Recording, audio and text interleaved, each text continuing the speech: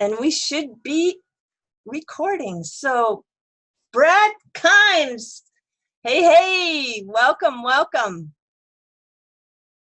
Eddie, I'm really glad to be here. It's a privilege and an honor to be on your show. Yeah, thank you so much. And just so everyone knows what we're going to do, we're going to actually tackle 3 questions that come in the comment section quite often, because I think if this is coming up often, then there are lots and lots of people out there that have the same question. And I think in a kind of conversation format, it might be very valuable for everyone to hear 2 different perspectives. And you and I have not talked about the answers on these at all, right? That's good. I sent you the questions, and then we both have had just, a couple of hours to mull it over in our heads. But I think we'll just get right to it and see what you have to say. But you know what? Before we do that, I want you to talk about your YouTube channel, because a lot of people probably in here, there's a good chance that they have not watched your channel. And also, I want to hear about your Telegram channel, because that seems like it's really growing. Well, thank you very much. For one, thank you for having me on your show. You know, I have a great respect for what you do. You're incredible at what you do. I love your work. I consider you, digital asset investor, thinking crypto. You guys set the standard and the tone for this space on what the quality level should be for what we do. So I appreciate you having me on the show. It really does mean a lot to me. Now, I do a live show. So I do some standalone videos, but with my schedule, I just haven't been able to accommodate both situations. So I've graduated to 2 live shows a day. And I know there's a lot of people in the community, when they hear live stream, they immediately like, I have no time for that, you know, and I totally get it. Everybody has a busy life, you know. And a matter of fact, I just recommended to somebody the other night, I was like, well, then I think you should probably stay with Crypto Eddie, because she's going to condense it down for you. You know, I'm just not able to do it with my schedule, you know. So I do, but what I do tell people about the live channels and the live stream is that the positive there isn't to come listen to me talk for an hour and 15 minutes, right? The real positive in there is that we have real time back and forth with some of the brightest people in this space. And they really are some of the most insightful, brightest people in this space. And when I tell people, don't come listen to me gab for an hour, come read the chat and what's going on inside of that chat. Because it will really hip you up. It will really hip you up. And the Telegram group is really an extension of the channel. Now we just crossed 500 plus people in about 2 weeks. Wow. These are some of the brightest people in the community. You know what I mean? And what they do is they take the current events that are popping off, the most recent articles and information, theories and speculation, and they are all drilling down on these things in the most professional, courteous manner to one another that I've ever witnessed. And I couldn't be more proud of something. I really couldn't. Yeah, this community is really supportive of each other, and they do a lot of work to educate themselves. It's amazing. It is. Yeah. It is. And it keeps us in check too, right? Because we know we got to keep things really on top of it, you know? Yeah, the space is too large and moves too fast to really be able to do it all. I get a lot of help. Like, perfect example today, I got a DM from XRP Crypto Wolf. Oh, Crypto Wolf's amazing. I know. And I was busy, of course. I was working on doing some research, but I wasn't paying attention to the news. And he told me about the Japan creating a new payment system within cryptocurrencies, which is absolutely like, wow, my jaw got down, and I can't believe that something like this is in the works, with the regulatory bodies. So this is very interesting. So anyway, yeah, with the help of a lot of people who DM on the backside of Twitter, and a lot of people who leave links and comments in the comment section, we're able to, I think, keep the content current, and also to a level that is valuable for the people who are watching. But it's just impossible for one person to do it all. It's amazing. And that is a great point. And we can't do it without the XRP crypto wolves in the world, right? Yeah. We really can't do it. It is too much information for any one person. And I am extremely grateful, as I know you just said too, of the XRP crypto wolves of the space. We can't do it alone. Yeah. Yeah, it takes a village. It takes a Yeah. village. And the really great thing too that I really like about this space is the amount of diversity in the way that people are communicating. You know, in terms of channels, there are literally no two channels alike. That's right. And there is something in terms of style for everybody.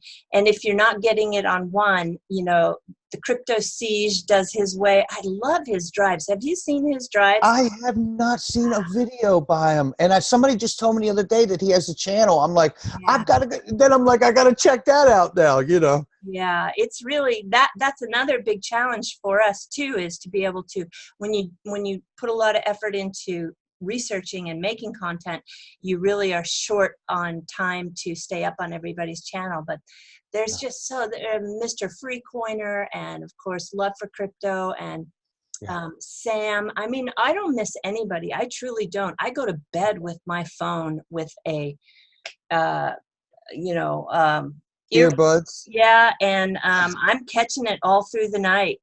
Yeah, I do too. I really turn it on. Like, I will say that, like, you know, I mean, you know, full disclosure, like, I'll try to sleep with some relaxation mood stuff, you know what I mean? But right up until the moment I'm going to lay down, it's crypto. You know, it is crypto till the moment that I lay down to close my eyes, no doubt. Your live for me, just because of the timing, works that I'm doing my coffee, I'm doing my morning cleanup, I do some laundry, I'm doing my house chores and catching the live. And then if at times something grabs me, I have to pull the phone out of the pocket to look at the live chat, because you know, you're right, that live chat is such an integral part of the whole live experience. It really is. And that's what I tell people, is that I get it. When they're coming into stream, they're like, I got a busy life. I don't want to listen to you chit chat for an hour. And I'm like, listen, I don't want to listen to me chit chat for an hour, you know, but it's really about what, and honestly, the way I format my show, I give a first few minutes, let people join into the channel.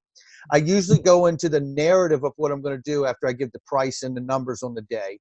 And then I get into the narrative and the themes that are current for that moment. And then I go right to the chat for the rest of the show, because I want to bring out what they have. Because I have gotten, you know, my crypto IQ has come up 1,000% because of everyone in that chat.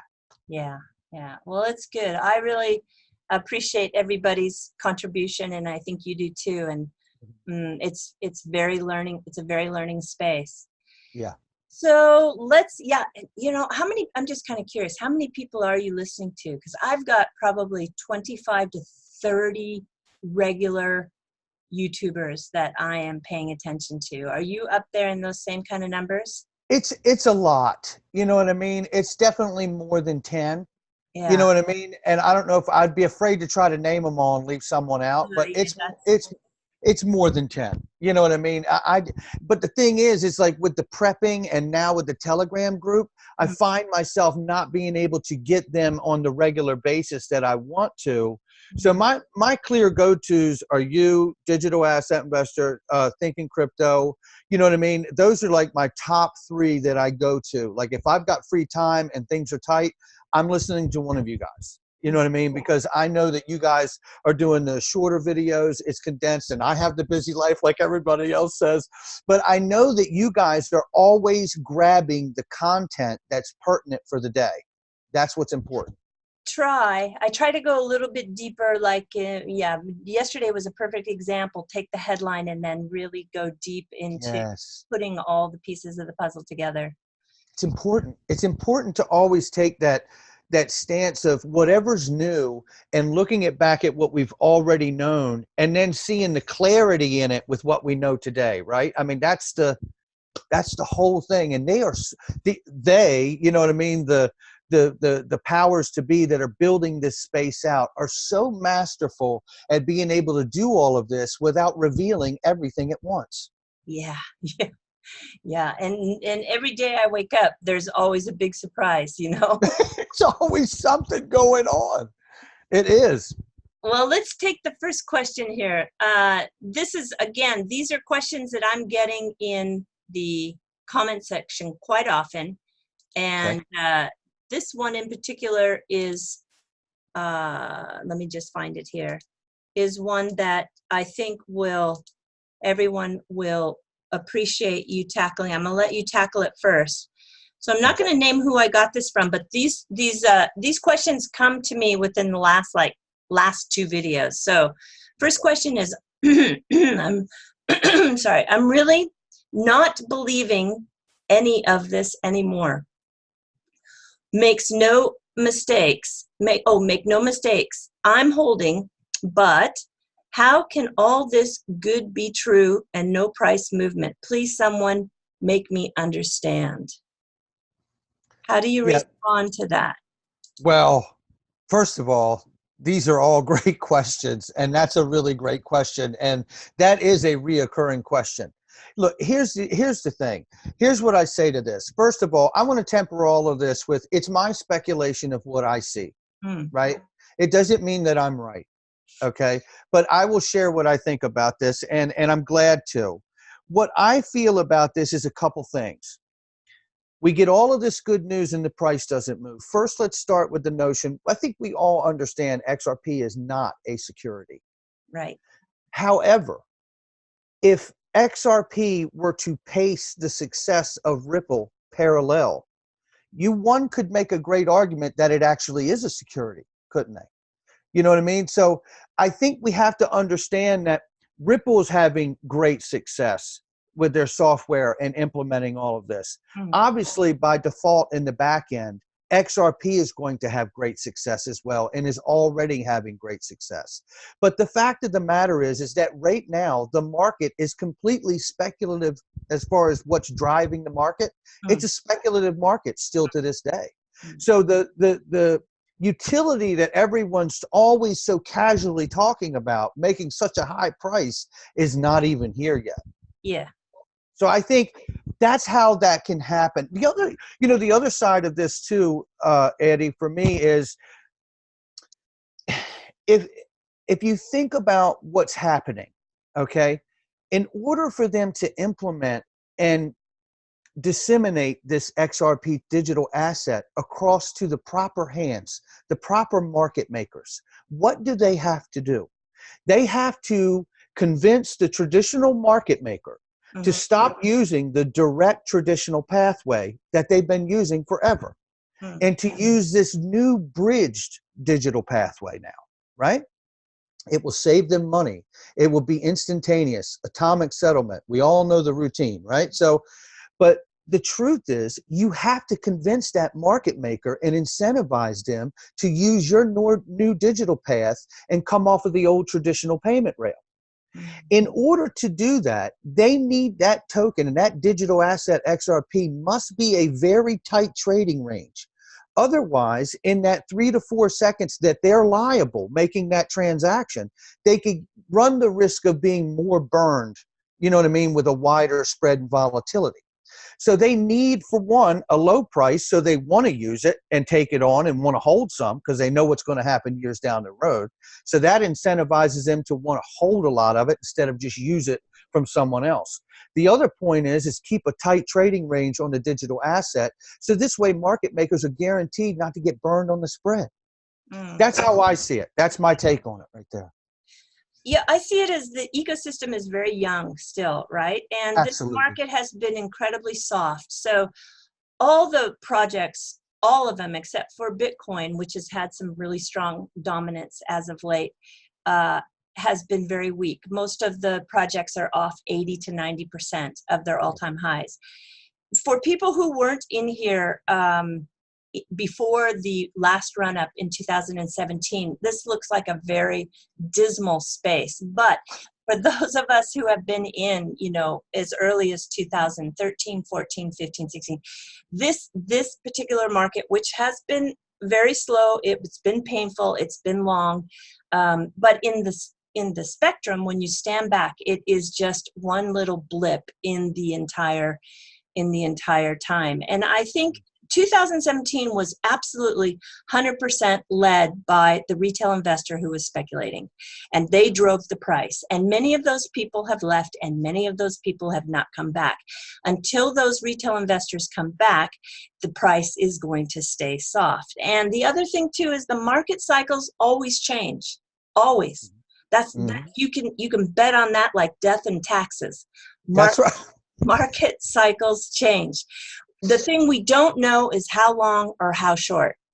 We just don't have any idea of the length. The programmatic sales are also going to be decreased by Ripple this current quarter.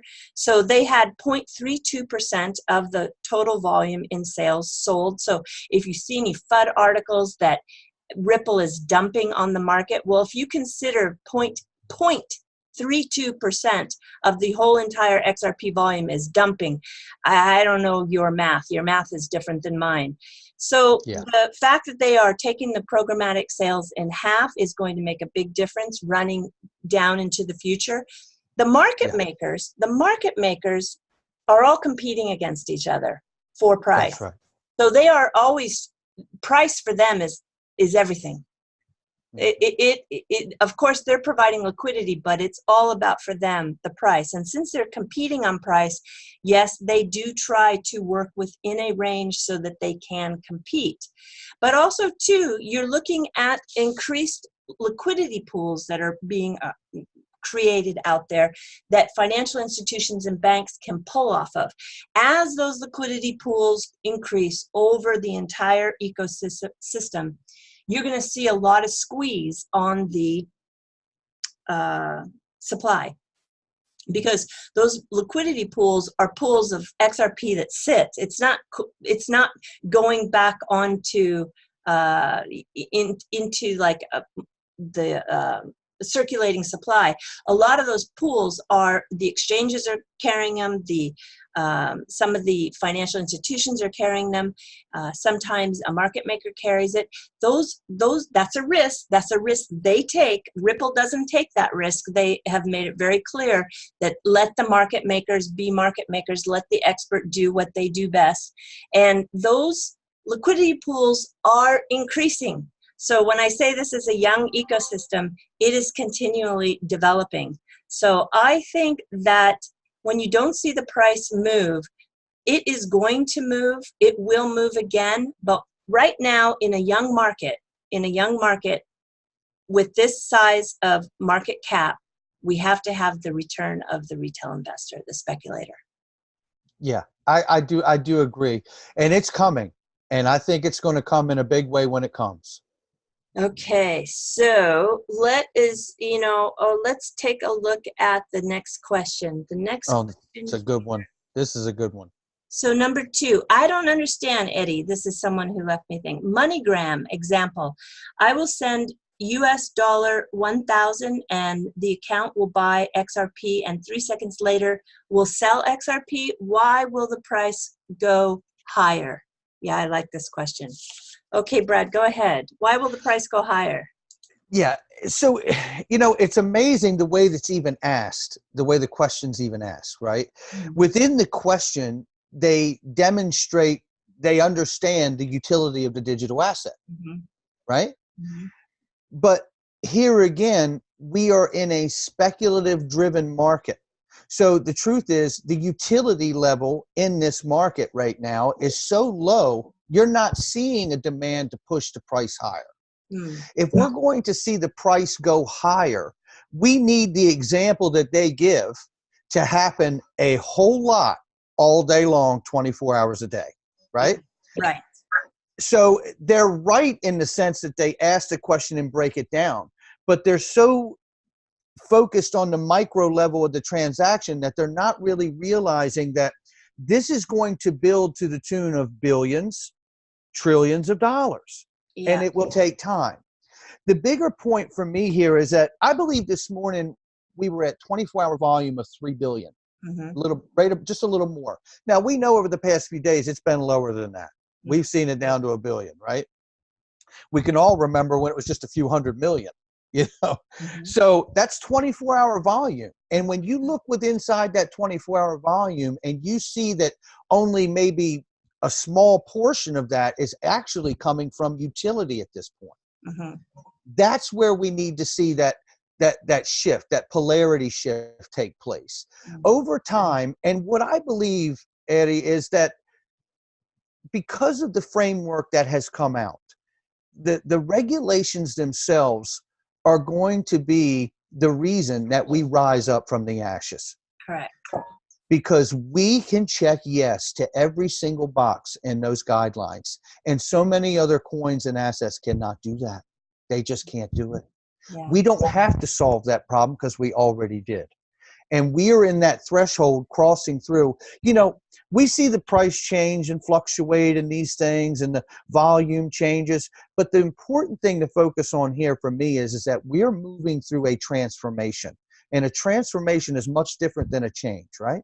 Yeah. We are never going to return to this day and age ever again Right. when utility comes through here.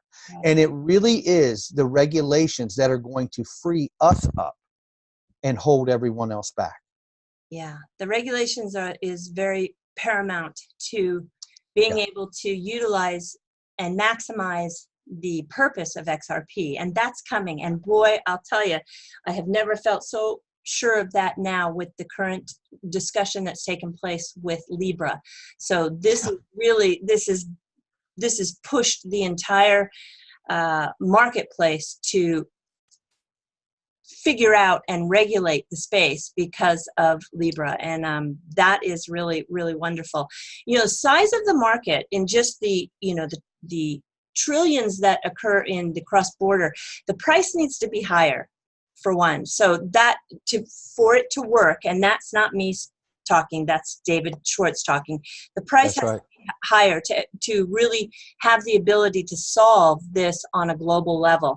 And also, you know, I think people are also maybe, because the narrative has been that this is just about providing liquidity for banks, but we've got the financial, the non-banks, and the challenger banks that are just, you know, emerging, and the payment companies and the SMEs, and then let Ripple do what it's doing, which is really staying focused. I think Mr. Garlinghouse, from his experience in Yahoo, when they spread themselves too thin, he's not going to do that again because he learned from that experience in his past.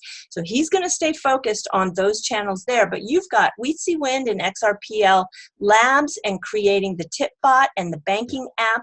Those are micropayments. Those micropayments also exist with Coil.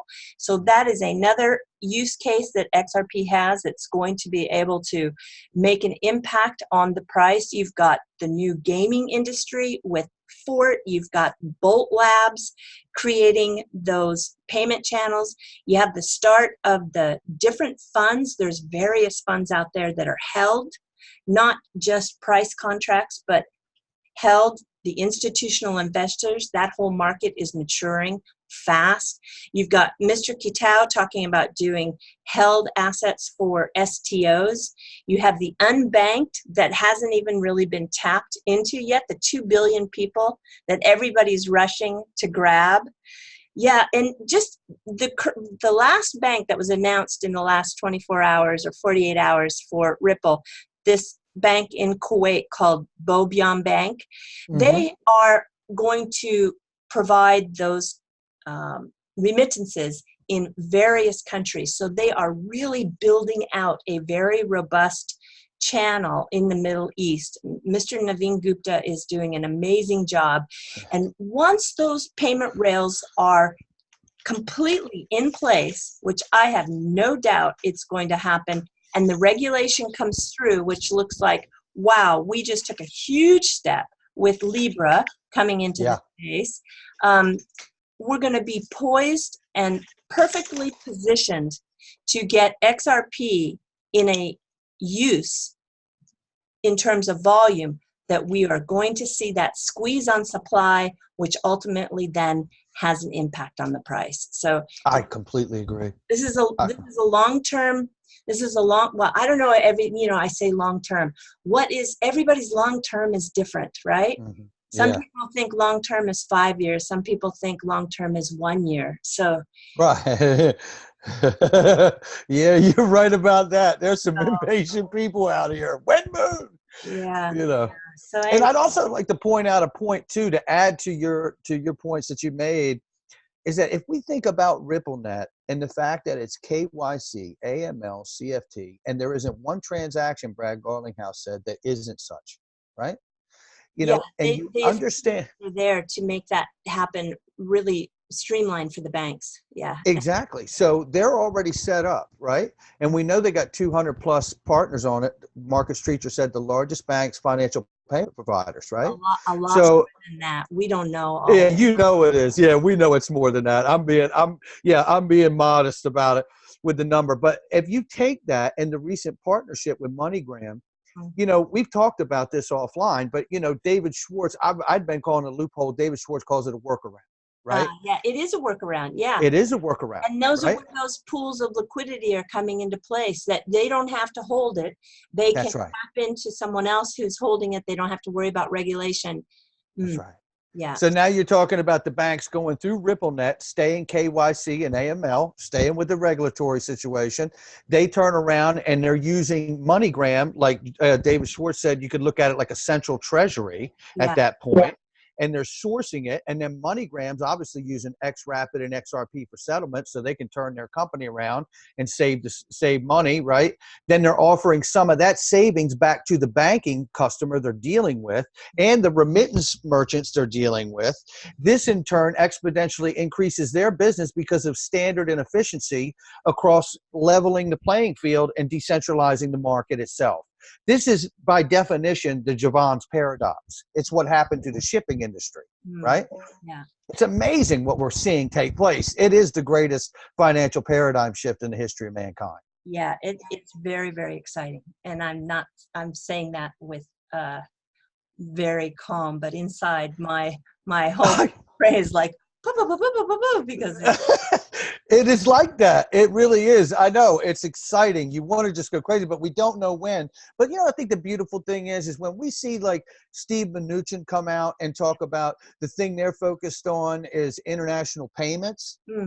And we know that the RTGS system is like at least 180 trillion, right? Market. I think something very big and special is coming. There's a lot going on. Okay, yeah. I'm gonna keep it going, try to get this. So when SBI Live? Well, then, yeah. Do you know anybody that doesn't want to know that? I mean, I'm checking multiple times throughout the day. I have no date. I do believe from the 4 major changes that have occurred this month that it is on track, and I will try to be the first person to put it out on Twitter when it is, but I don't know. Yeah. Yeah. And I don't know either, but what I would say is obviously you are definitely the person to look to. You are right there, ground zero. You're going to know. Yeah, I think it's actually going to come from an XRP community member, and it's going to come on that way. That's how I think it's going to happen. Yeah, like the email that just recently came out, that kind of a thing. Yeah. Yeah, I think there's going to be a user who sees it, who's doing some trading, and they're on the SBI website, and they, oh my God, the board is there. Live. Yeah, the board is there. Yeah, and that's going to be amazing. You know, and now here's a question to build off of the audience members' question. Now, how do you see it? Do you see a large impact, or do you see it phasing in? I see it phasing in almost like a slow increase. Yeah, I've always stayed. I have never said that I thought that we were going to see a big, huge spike in price. This is a building of a business. This is a exchange that went live about a year ago, and it has been a year ago. Wow, it's been a year ago as of the 18th. Huh. And no, it takes time to build this up. So I think though he's been waiting to do some promotional campaigns. He said that in one of his presentations to the shareholders. He wants to have everything in place before he does a full-on market campaign. So yeah, okay, I'm going to keep it going because I got to keep it under that time limit that we're trying to work. Yes. Tell me what has disappointed you this week? I think the big disappointment recently has been the press conference with Steve Mnuchin, and it wasn't him that I'm disappointed with, but the supposed reporters in the room that absolutely were unprepared to be able to ask a legitimate question, for goodness I sakes. know. It's funny. You and I have the same disappointment, except mine wasn't the reporters. I was disappointed in the Congress and their questions and their inability to understand crypto, and the inability for those banking guys to even understand Facebook. They should Yeah. they shouldn't be in that position of asking questions that they don't understand what they're talking about. And I was embarrassed. And also, when is it okay to interrupt people? Yeah, exactly. Exactly. Let them speak. You know what I mean? I just couldn't believe the rudeness of those people in Congress who thought that they were so above. They did. It's not just this time either. I've seen it happen over and over again. Who do they think they are? Well, that's a hell of a question, isn't it? You know what it feels like to me when I see that? It's somebody grandstanding, thinking that they're going to create the, uh, news. You know who the free press really is? It's you and I, isn't it? Hmm. Isn't it you and I? We are the free press. It's not the mainstream media. They're bought and sold 10 times over. And, when you see Congress doing what they're doing, they're bought and sold too. They want those big donors from the big party they belong to. Well, then you better get in line. And they're all it goes from trying to really drill down on the truth of a situation. And then these representatives come out here and start to look for create these gotcha moments, right? Everything's about gotcha. I gotcha, right? And isn't it true that you're creating a stable coin? Yes, well, no, yes or no? You know what I mean? Yeah. It's embarrassing. Yeah, it was painful for me to watch. Okay, last time, and we're going to wrap it up like in 1 minute here. Yes. What surprised you this week? What surprises me is that MoneyGram and RippleNet have nothing holding them back from going live, and they aren't. That's a good one. Yeah. Right? Yeah. And that's why I tell people, head on a swivel. They actually have the workaround in place. They wait for no one. They wait for themselves. Yeah. It's exciting. I think we haven't seen that go into full mode operation yet. So it's another really wonderful thing to anticipate. Yes, it is. Brad, closing comments. First of all, thank you so much for having me. I have such a great respect for what you do. We've talked offline. I love what you do. It's amazing. And I really am honored and privileged to be here. So thank you for that. And I hope that, all of us stay strong and vigilant with your investment and keeping it fine-tuned on the information at hand. If you can't see the large paradigm shift and the posturing taking place by people in the upper echelon of politics and finance, you're really not seeing it at all. And that's exactly what's happening. And they're making it the conversation every day now. And I truly believe if you think Facebook was the catalyst to get this conversation started, wait till you see what U.S. and the Federal Reserve does to be the catalyst to this market. Totally agree. Thank you so much. Thank you for having me. I'll talk to you soon. Yeah, I will talk to you soon, Brad. And thank you so much for joining me and tackling these questions. Thank you. Take care, Crypto Eddie. Alrighty, bye-bye. Bye-bye.